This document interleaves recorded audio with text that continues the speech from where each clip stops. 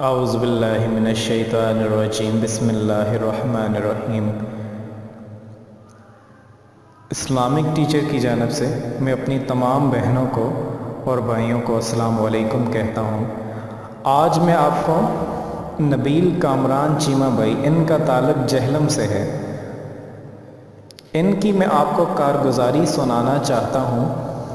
یہ پچھلے تقریباً 2 سال سے ہم سے رابطے میں ہیں، اور آج ان کی کارگزاری جو میں آپ کو سنانے جا رہا ہوں، آپ کا ایمان اور بھی زیادہ پختہ ہو جائے گا۔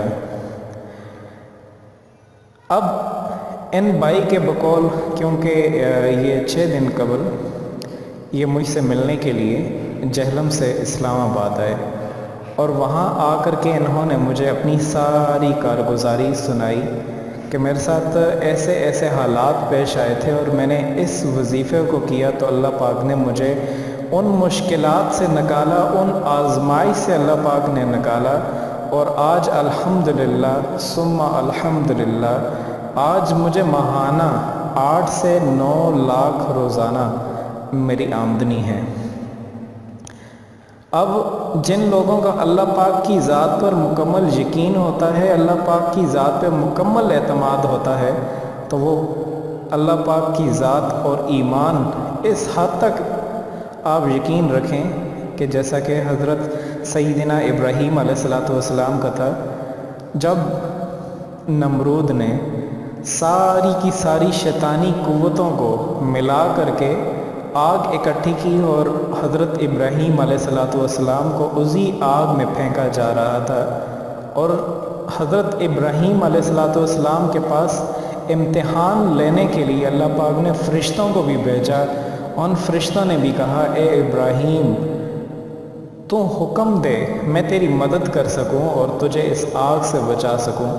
تو حضرت ابراہیم علیہ السلام کا اللہ پاک پہ وہ ایمان اور وہ یقین تھا، انہوں نے کہا کہ جس کے لیے میں اس آگ میں جا رہا ہوں، میرا وہ رب اس آگ کا بھی پروردگار ہے، وہ مجھے وہاں پر بھی بچا سکتا ہے، مجھے کسی کی کوئی ضرورت نہیں۔ جب انسان اپنے رب کی ذات پر مکمل یقین کر لیتا ہے تو اللہ پاک اسے کبھی بھی مایوس نہیں کرتے۔ تو آج ہم ہر چیز کر لیتے ہیں، لیکن ہمارے ہاں وہ ہمارے دلوں میں وہ یقین نہیں رہا، مجھے افسوس سے کہنا پڑ رہا ہے۔ جب ہمارے ہاں دلوں میں وہ یقین ہوگا، وہ اعتماد ہوگا، تو پھر اللہ پاک کی 100% مدد انسان کے ساتھ ہوتی ہے۔ آج وہی کارگزاری میں آپ کو سنانے جا رہا ہوں۔ اب یہ بھائی تقریباً 7 سال قبل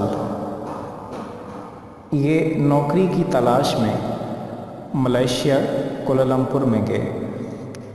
انہوں نے کہا کہ میں راولپنڈی میں صدر کے ایریا میں وہاں سے جاب کا اشتہار دیکھا کہ ملیشیا میں مجھے 40,000 کی نوکری ملے گی، اور میں یہاں ایجنٹ کو پیسے دے کے 2 لاکھ دے کے تو میں ملیشیا چلا گیا۔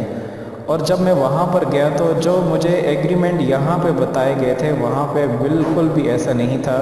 وہاں سب جو یہاں پہ مجھے بتایا گیا وہاں پہ ایسا نہیں تھا۔ میرے ساتھ یہاں پر ایک فراڈ ہوا ہے۔ اور جب میں وہاں پر گیا تو مجھے جس کام میں مجھے جنگلات کے کام کا بتایا گیا تھا کہ وہاں پہ لکڑی کاٹنی ہے، تو میں وہاں پر گیا تو وہ کچھ اور کام تھا، اور مجھے جو تنخواہ یہاں پر بتائی گئی تھی وہاں پہ اس کے بالکل برعکس تھی۔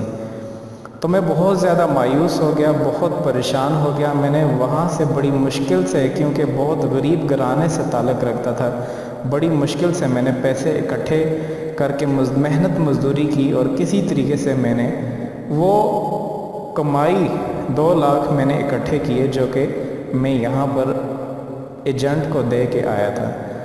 اب جب میرے پاس وہ اکٹھے ہو گئے اور اتنا میرے پاس کرایہ ہو گیا کہ میں پاکستان آسانی سے آ سکتا تھا، تو وہ پیسے میں نے لگا کر کے میں دوبارہ سے پاکستان آ گیا، اور یہاں آ کر کے میں اتنا پریشان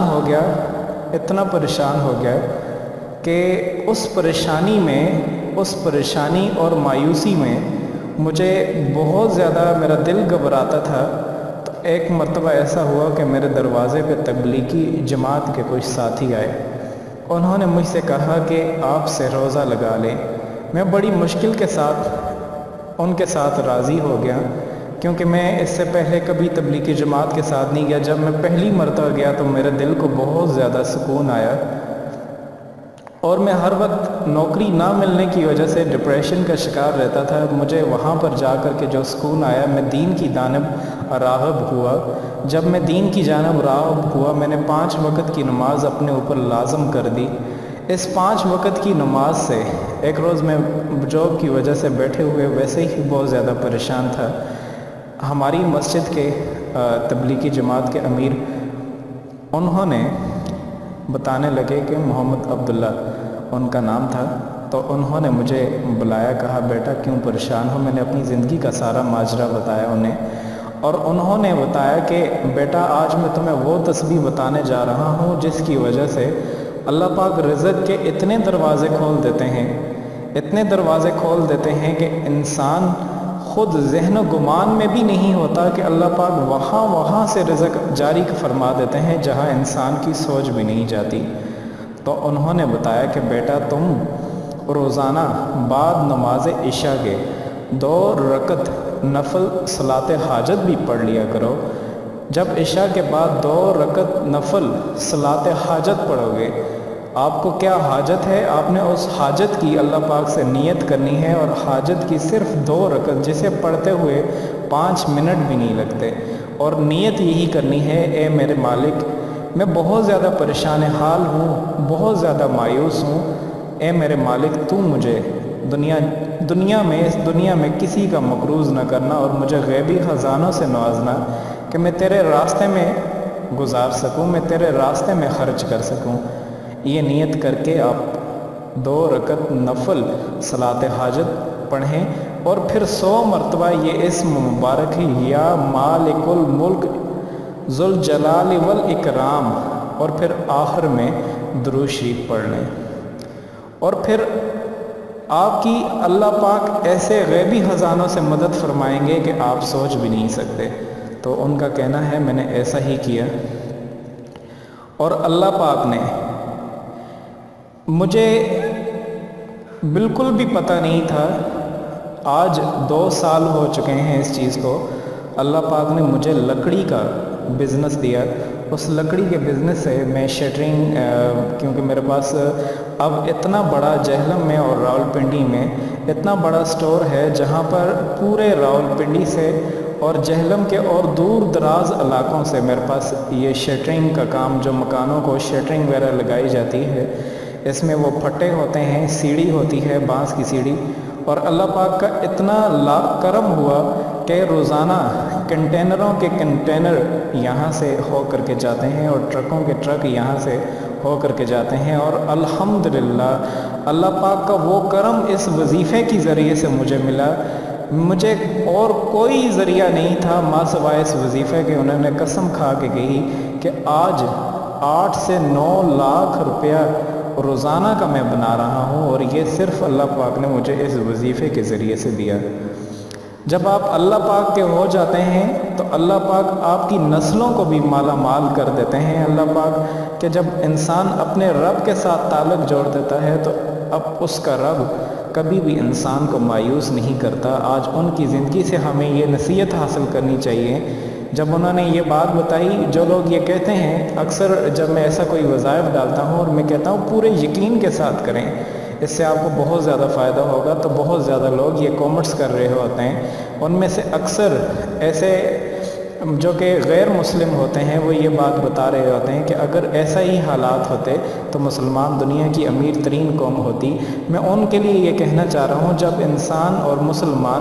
جب مسلمان حضور اقدس صلی اللہ علیہ وسلم کے بتائے ہوئے طریقے پہ 100% چلنے والا تھا تو اللہ پاک نے اسے وہ امیر ترین بنا دیا تھا کہ اس وقت زکوٰۃ لینے والا نہیں تھا۔ اور جب انہوں نے سنتوں کو چھوڑ دیا، جب انہوں نے اللہ پاک کی یاد کو چھوڑ دیا، تو پھر جب ایسا چھوڑ دیا تو پھر انسان اسی وجہ سے اور مسلمان مار کھا رہا ہے۔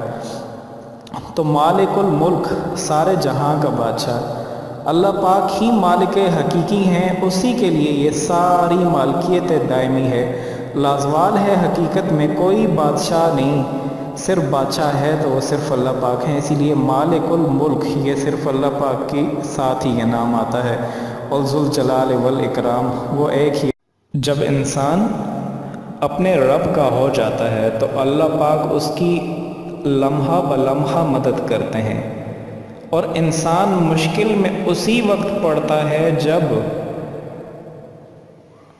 اللہ پاک اس سے ناراض ہو جاتے ہیں۔ آپ جانتے ہیں ایک مرتبہ رسول اللہ صلی اللہ علیہ وسلم کھجور کی ایک چٹائی پر آرام فرما رہے تھے۔ جب آپ صلی اللہ علیہ وسلم بیدار ہوئے تو جسم مبارک پر چٹائی کے نشان واضح طور پہ نظر آ رہے تھے۔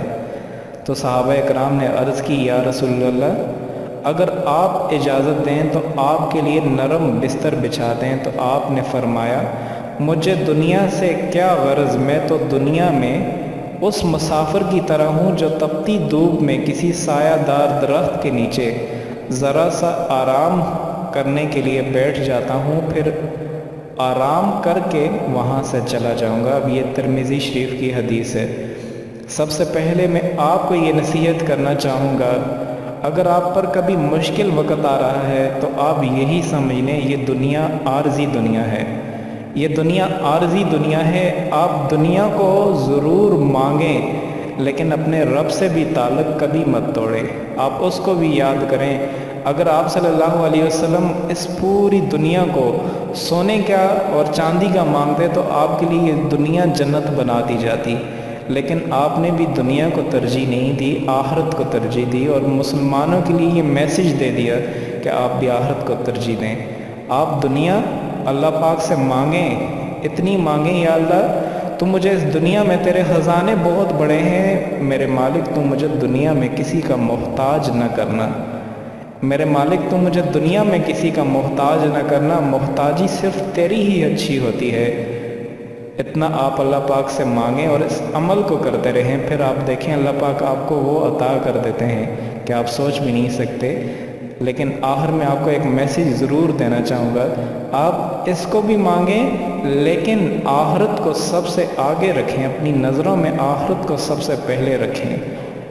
آخر میں آپ سے ریکویسٹ کرنا چاہوں گا کہ اس ویڈیو کو آپ صدقہ جاریہ سمجھ کے آگے شیئر کیجیے گا، اور اس طرح کی مزید اچھی ویڈیوز کے لیے آپ ہمارا چینل اسلامک ٹیچر ضرور سبسکرائب کیجیے گا۔ شکریہ۔